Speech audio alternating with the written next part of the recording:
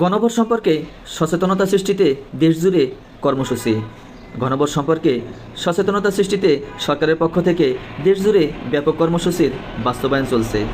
মাঠ পর্যায়ের সরকারি কর্মকর্তা, ধর্মীয় নেতৃবৃন্দ এবং বেসরকারি বিভিন্ন সংগঠনের নেতৃস্থানীয় প্রতিনিধিদের প্রশিক্ষিত করা হচ্ছে।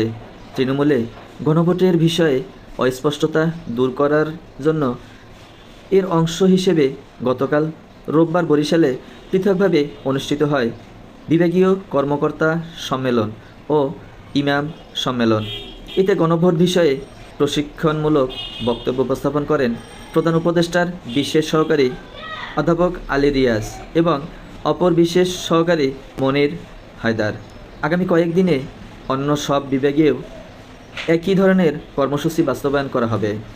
প্রধান উপদেষ্টার কার্যালয়ের তত্ত্বাবধানে এসব কর্মসূচি বিভাগ, জেলা ও উপজেলার পর্যায়ের কর্মকর্তা এবং বেসরকারি সংগঠনের প্রতিনিধিদের প্রশিক্ষণের আয়োজন করেছে বিভাগীয় কমিশনারের কার্যালয় এবং ইমাম ও ধর্মীয় নেতাদের প্রশিক্ষণের আয়োজন করেছে ইসলামী ফাউন্ডেশন।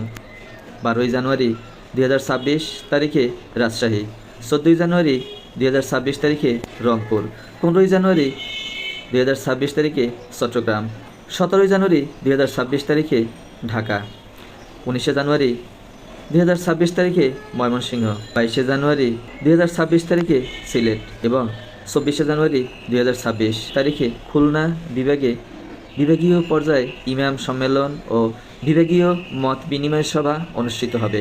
উক্ত মত বিনিময় সভায় বিভাগীয়, উপজেলা, জেলা পর্যায়ের কর্মকর্তাসহ বিশ্ববিদ্যালয়ের ভিপি সহ অন্যান্য সিনিয়র শিক্ষকবৃন্দ, বিশিষ্ট সাংবাদিক, প্রেস ক্লাবের সভাপতি সম্পাদক, দোকান মালিক সমিতির সভাপতি সম্পাদক, অন্যান্য গুরুত্বপূর্ণ সমিতি, এনজিও প্রধান, গণ বা এনজিও অ্যাসোসিয়েশনের সভাপতি সম্পাদক, ধর্মীয় নেতৃবৃন্দ, সুশীল সমাজের প্রতিনিধি ও অন্যান্য গণ্যমান্য ব্যক্তিবর্গ উপস্থিত থাকবেন।